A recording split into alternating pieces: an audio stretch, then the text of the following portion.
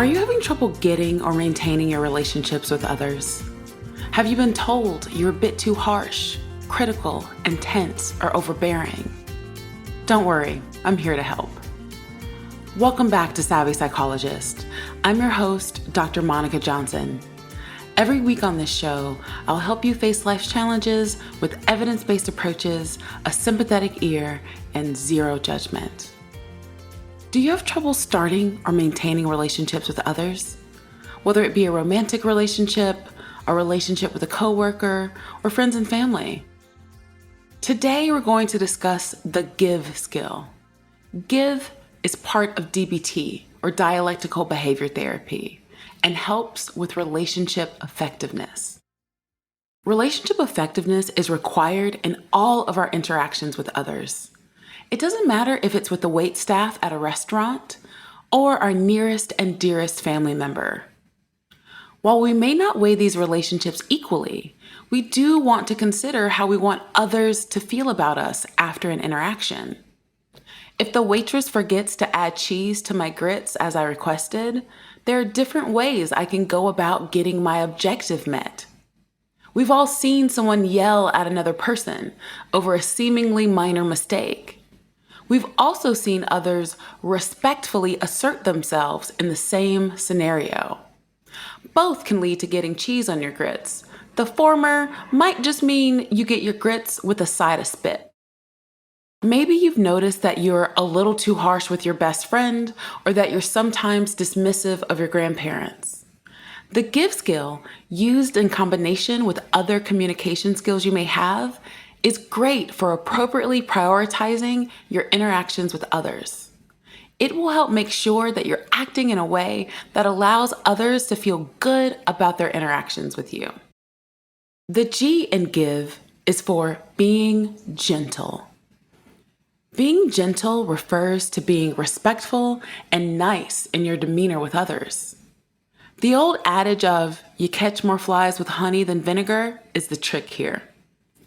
This might be my deep Southern roots showing. I have already mentioned cheese grits in this episode. But being hospitable towards others has its advantages. In general, people will respond more favorably to positivity than they will to your harshness. We have 4 main objectives with our gentleness: no attacks, no judgments, no threats, and no disrespect. Let's start with no attacks.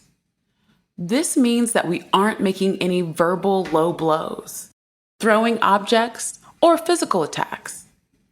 With no judgments, we are avoiding character attacks, name calling, and put downs, both overt and implied. You might be wondering how a put down can be implied.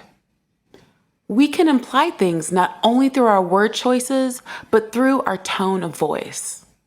Let's practice. Take the sentence, "Have a nice day," and say it with a warm tone, a neutral tone, and a sarcastic or mean tone. If you really want to engage, leave me a voicemail with your practice sentences and let me know what you discovered. I can tell you with full confidence, it's not just about what you say, it is how you say it. Finally, with no judgments, you want to avoid guilt-tripping others. It's a tried and true unhealthy tactic used by many generations, and it rarely leaves a good taste in the mouth of the other person. Let's move on to no threats. You want to be careful not to use ultimatums or threaten harm to yourself or others if you don't get what you want. You have to be willing to tolerate a no. Remember that people have the right to say no to requests, even if you don't like it. Even when the circumstances are not going your way, remember to exit the situation gracefully. Think of it like being an athlete and showing good sportsmanship.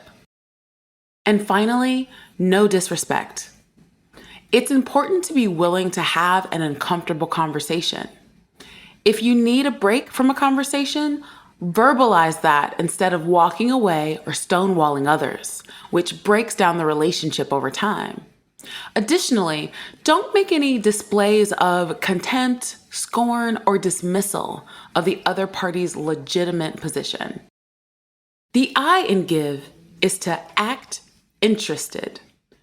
Listen to the other person's point of view, opinions, reasons for saying no, or reasons for making a request of you. Keep in mind that you don't have to actually be interested in what they're saying in order to use this skill. Take someone's likes and dislikes, for example. If someone wants to sit and tell me about their love for camping and the great outdoors, I'm going to ask questions and validate their enjoyment of this hobby. Does that mean you're going to catch me willingly participating in an activity that involves me sleeping overnight without a bed and temperature control? Absolutely not.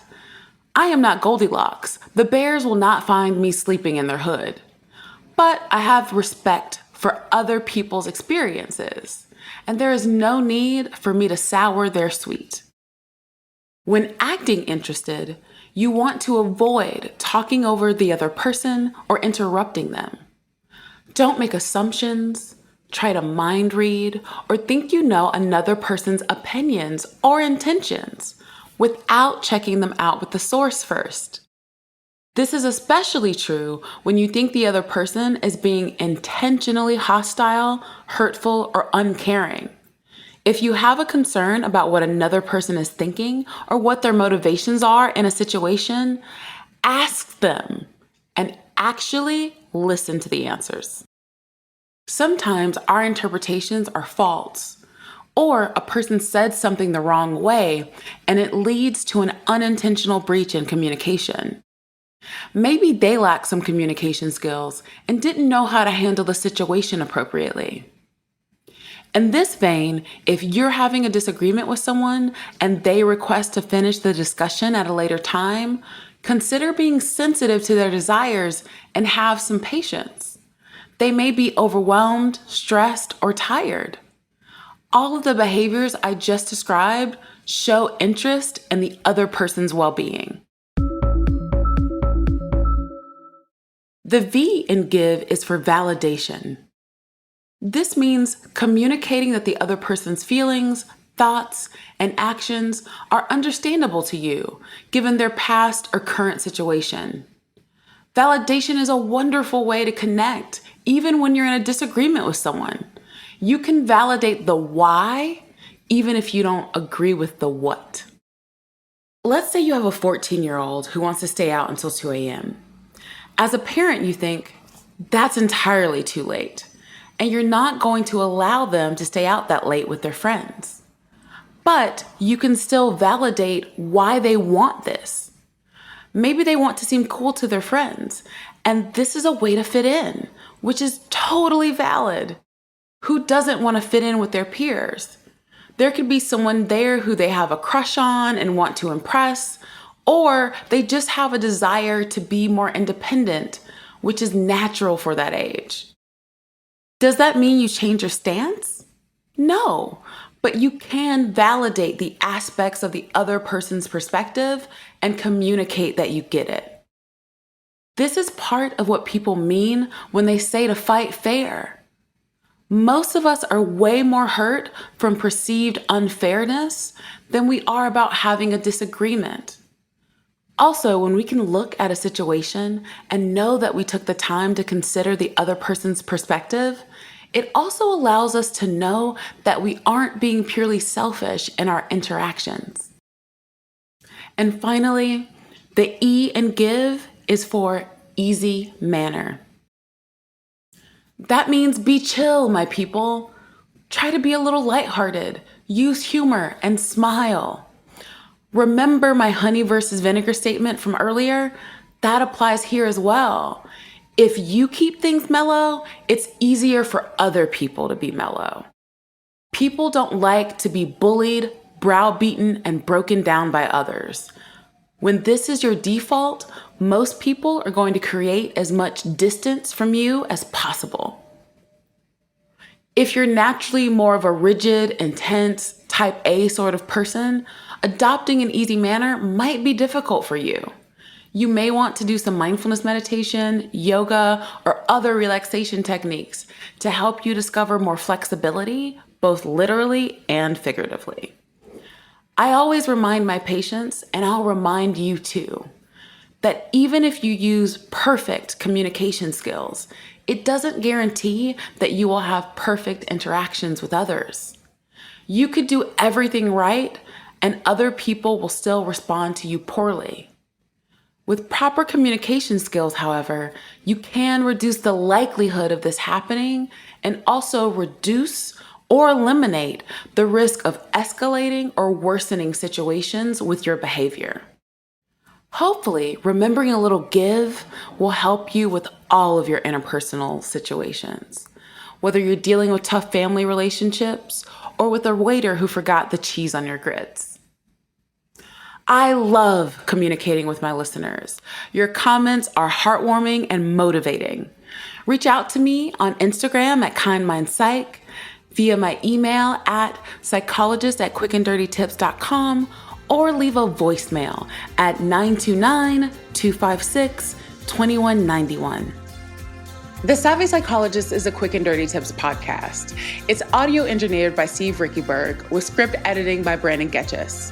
Our podcast and advertising operations specialist is Morgan Christensen. Our digital operations specialist is Holly Hutchings. And our marketing and publicity associate is Davina Tomlin. Nathaniel Hoops is our marketing contractor. Follow Savvy Psychologist on Apple Podcasts, Spotify, or wherever you listen to podcasts.